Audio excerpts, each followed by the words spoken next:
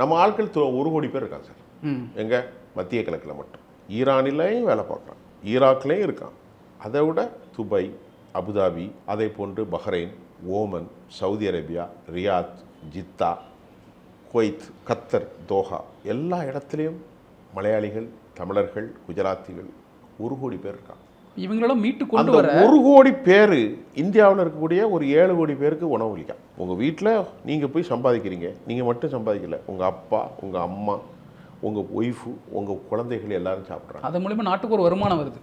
அதன் மூலமாக அந்நிய செலவாணி இந்தியாவுக்கு வருதா? உங்கள் ப்ராப்பர்ட்டி இந்தியாவில் ரொட்டேஷன் ஆகுதா? அப்போது 1 கோடி பேர் எவ்வளோ பணத்தை அனுப்போம்? அது இப்போ நின்று போச்சு. பிரச்சனை காப்பாற்றுறதுக்கு இன்றைக்கி வழியே கிடையாது. நேற்று கூட நம்ம சகோதரி கதறாங்க, அங்கேருந்து இங்கே வர முடியாது. எல்லா விமானத்தலங்களும் மூடப்பட்டு விட்டது. எல்லா ஏர் டிஃபென்ஸ், ஏர்ஃபோர்ஸ் எல்லாம் வான் பாதுகாப்பு மையங்கள், வான் பரப்புகள் இழுத்து கதவடைப்பு செய்யப்பட்டு விட்டது. நீங்கள் எந்த நாட்டிலுமே ஃப்ளைட் போகாத, சுற்றுலாவே குறைஞ்சி போச்சுங்கிறானே உலகத்தில், எங்கேயுமே ஃப்ளைட் போகாது.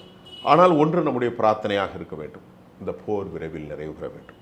அப்படி நிறைவுறாத பட்சத்தில் அமெரிக்கா முட்டாள் யூதர்களின் கொடூரமான எண்ணத்தில் இன்றைக்கு உலகம் பதபதைக்கிறது.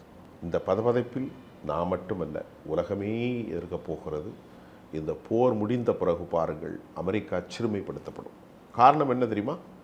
இந்த இவ்வளோ பேரை கொண்டுட்டாங்க, 83 பிள்ளைகளை கொண்டீங்களே, இதெல்லாம் அவன் எப்படி மறப்பான்? இராணுவத்தோடு இராணுவம் போட்டால் யாரும் செய்ய மாட்டான். ஈரானை அடிக்கிறியா அடி, ஈரானை இராணுவத்துக்குள்ள அது போர் தர்மமே இல்லைல்ல. சின்ன பிள்ளைங்களை, பாவப்பட்ட பிள்ளை வேண்டுமென்றே போட்டான். யூதர்கள் நல்லவங்க கிடையாது, அவங்க அது ஒரு சபிக்கப்பட்ட சமூகம்.